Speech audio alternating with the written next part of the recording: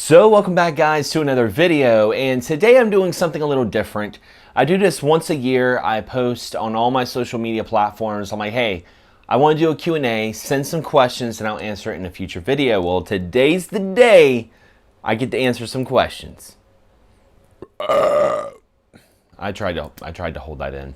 I tried to hold it in.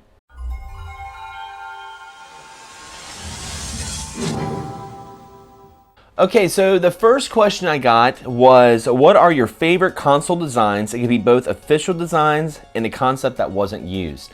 That's actually a really good question. I actually have contemplated making a video about it, but my favorite console design, I actually have two, and they're both Japanese.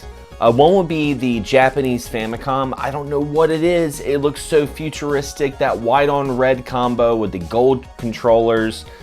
I love the color scheme to it. And I mean, it's not a really practical console because the controllers are actually hardwired into the console itself. So if you've actually ever played a Famicom, or if you own one, chances are you probably play it backwards so you can get more cord, and you probably play it on the floor. But I mean, honestly, if I was to get a console just to display, just to be like, hey, it's in the background, I really like the way this console looks, it would be a Famicom. Most definitely. My second favorite would be the PC Engine. I love the way the PC Engine looks. It looks, to me, I like it a lot more than TurboGrafx 16. Something about it is just so basic. It's so small. And it's no bells and whistles. It's just a gaming console. I really like it. I think it's an excellent looking console. The next question is, what are your current thoughts on the next gen consoles and the Switch Pro? Honestly, I feel like this is probably the weakest gaming generation I've probably ever experienced. And I mean, there's a lot of factors that go into it. I mean, we're in the middle of a pandemic. People don't have, money like they used to.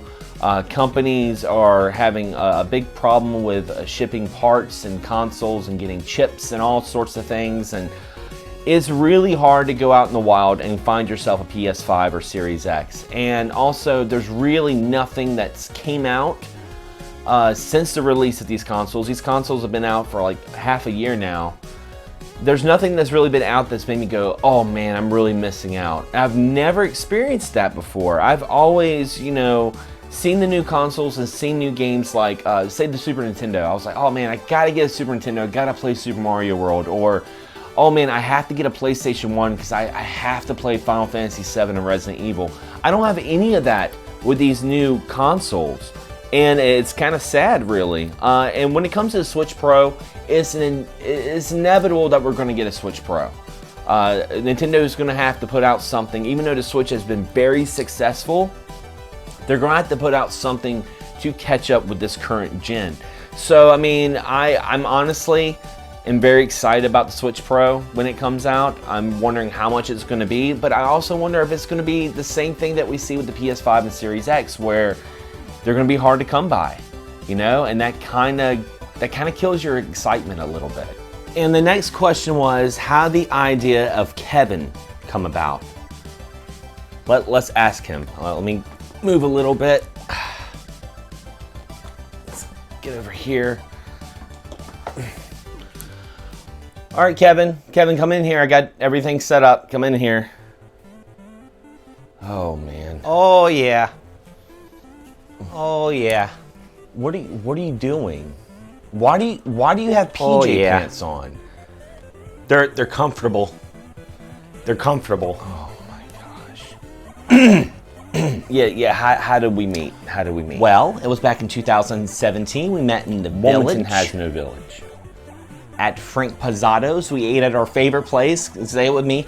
Hush Puppies on Rec. Not a real meal. And I have a game right here. No, we're not reviewing a game. Burnout 3. Now, maybe asking yourself, is this action RPG? Footage. Beat 'em up was actually a racing game. How did we meet? You hit a button to accelerate your car. Listen, Kevin. And I'm sorry, man. You're gonna have to go. I'm sorry, guys. I'm sorry. Bye. See ya. All right. Okay. Next question is, which platform do you prefer more for quick pick up and play? Gaming, the Nintendo Switch or Raspberry Pi? You guys know I love the Raspberry Pi. I'm a huge advocate for emulation and ROMs, but I still play my Nintendo Switch more than any other console I have in my collection. And a lot of that's because of its handheld playability. There's so many times that I've worked at jobs that they weren't really that busy, and I could just whip out my Switch and play some Sega Genesis. And yes, I still buy retro games for the Nintendo Switch, and one is for the handheld and console playability, but also because despite loving emulation and ROMs, I do like to support companies and buy older games to pretty much show those companies, hey, we want more of these kind of games. We want this IP to come back. I always tell folks, whenever they release these compilations and collections, that's kind of a classic marketing ploy that they're trying to see if there's still an audience for those games, and if they sell real well, they might get some of these developers and the company be like, hey, a lot of people like Alex Kidd from Sega Ages. Let's make a new Alex Kidd. It's happened. Good old friend Chris, DC Berdaya. He asks, what recent game is one that you didn't expect to enjoy but ended up liking? Actually, the last episode of Play and Tell, I talked about Savage Halloween on the Nintendo Switch. I didn't expect to like that as much as I did.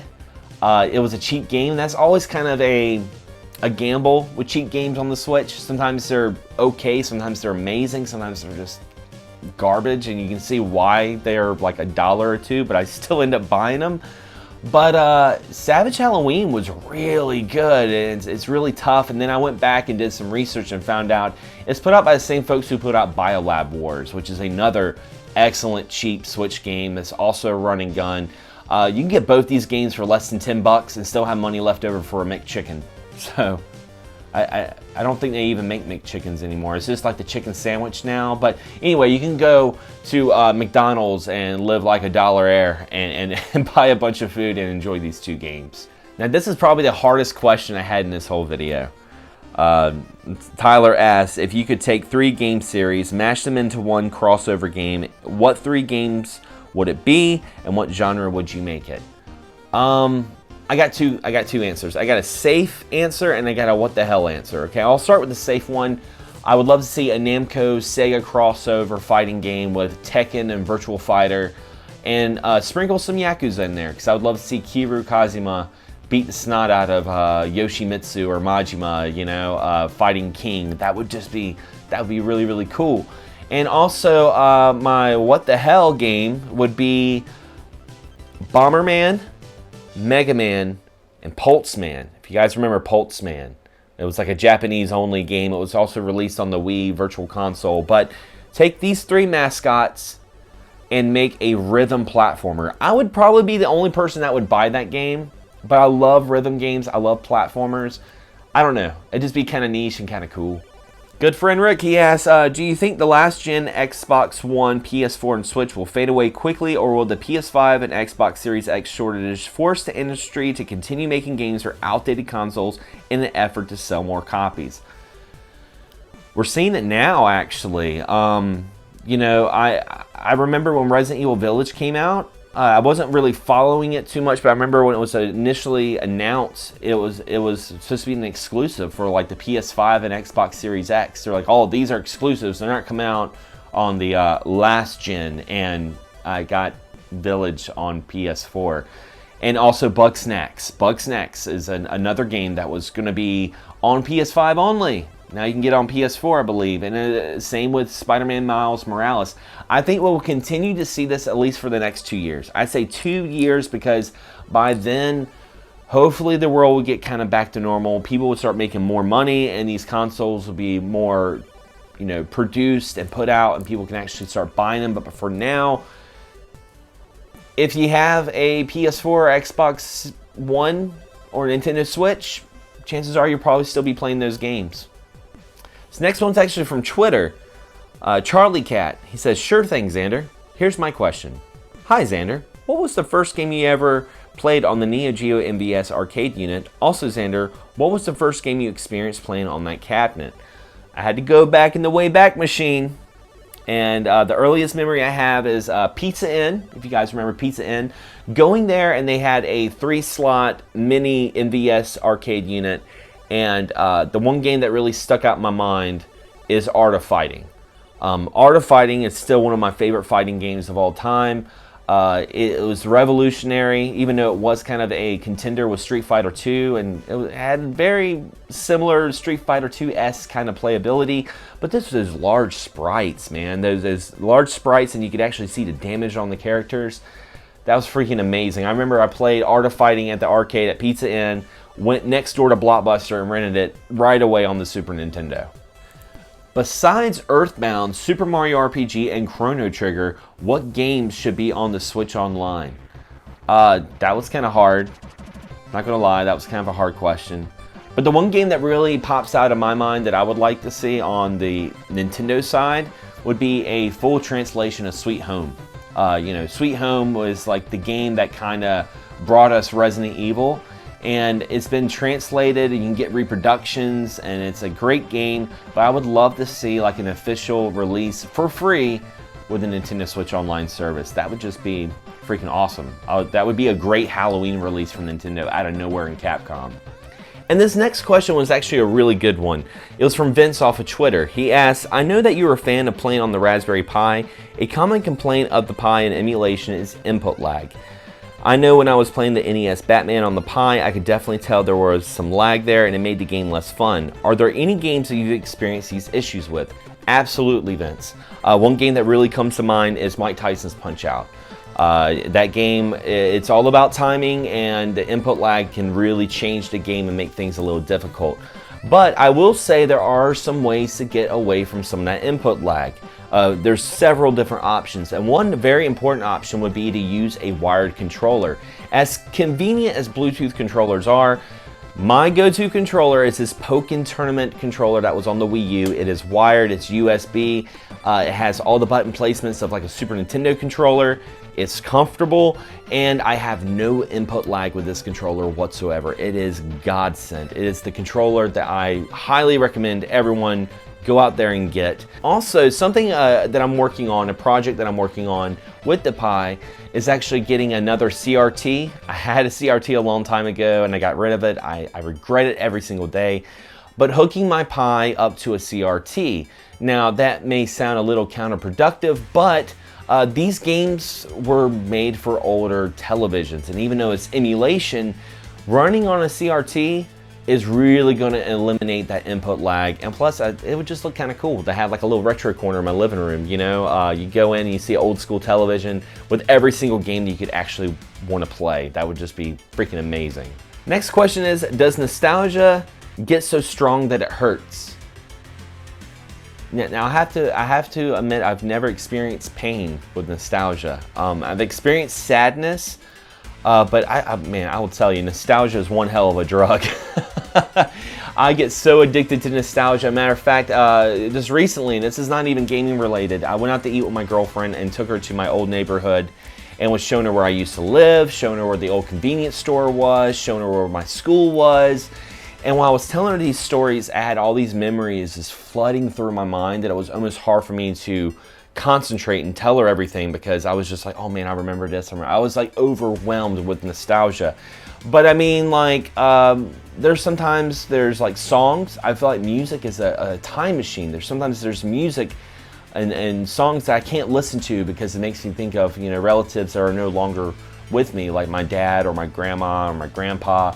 And I get kind of choked up watching or listening to some of that stuff. So have I ever experienced pain from nostalgia? No, but I've experienced some very strong emotions, most definitely. Next question is, do you occasionally or repeatedly binge watch YouTube episodes you've already seen? I'm either watching GameSack, Wrestles Gaming, Gaming Historian, JonTron, Happy Console Gamer, Angry Video Game Nerd, and even Irate Gamer. That was a tongue twister. If you do this, why do you think that is? I think I do it because I pretend I'm back in the 90s and had the TV shows just about gaming. I do binge watch YouTube videos I've already seen. Happy Console Gamer is a great example, especially his older stuff, because it's so timeless. Watching videos when he talked about the Dreamcast with Rob, man, to me that was like a great salesman video, because I remember I watched that video and then went right afterwards and bought a Dreamcast and fell in love with the console I've always had that, you know, wonder about since it came out. I got a Dreamcast and absolutely loved it. But also, sometimes I go back and watch some of those videos because it reminds me why I make YouTube videos. I get so caught up, like everyone else who makes content, with the algorithms, what's popular, what's going on. Sometimes you have to go back to the basics and go back to what inspired you to make videos, and binge watching some older videos definitely do that. Also, not to sound like a narcissist, but sometimes I go back and watch some of my older videos, and I do that just because I like to see the progression I've made. And you know, I've been making videos now for almost 10 years that it's almost like watching home movies. I can go back and watch some of those and get that nostalgia buzz and think about where I was at that point in my life and how much I've changed as a person. And it's definitely something I do. I admit, I think a lot of us do it. And one of the questions I got actually is from my friend Justin. He says, is there a specific type of content you'd want to put out different from what you normally do, but due to lack of time or money, you can't? It's a really good question.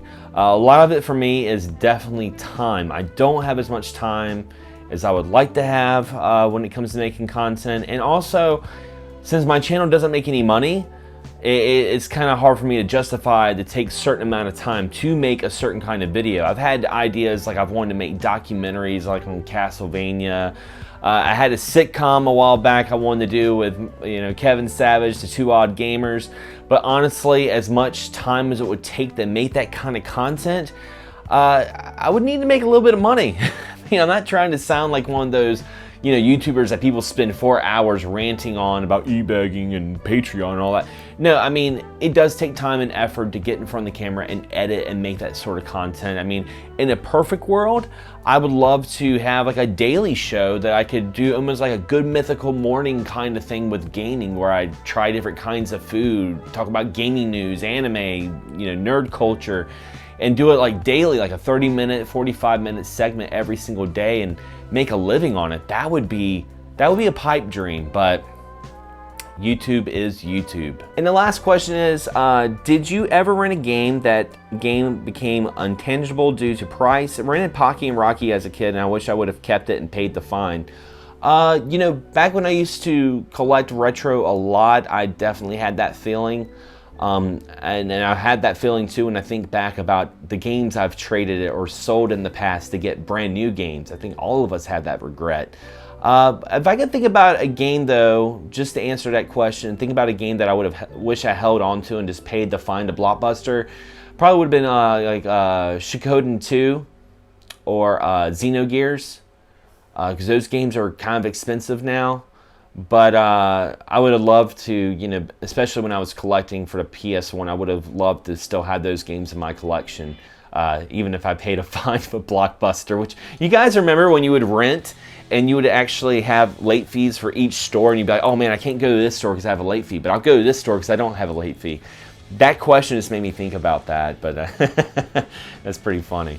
So anyway, guys, those are some of my questions and answers. And like I said, I do this once a year. And if you have a question that you want to submit that you missed out on, leave a comment below. I'll still answer it, and I'd love to hear some of your questions. And if you love this video and you want more content and you missed out on this sort of thing, don't forget to subscribe, but also hit the bell so then you're notified on all future videos that come out on this channel. Anyway, guys, as always, thanks for watching, thanks for subscribing, and as always, happy gaming.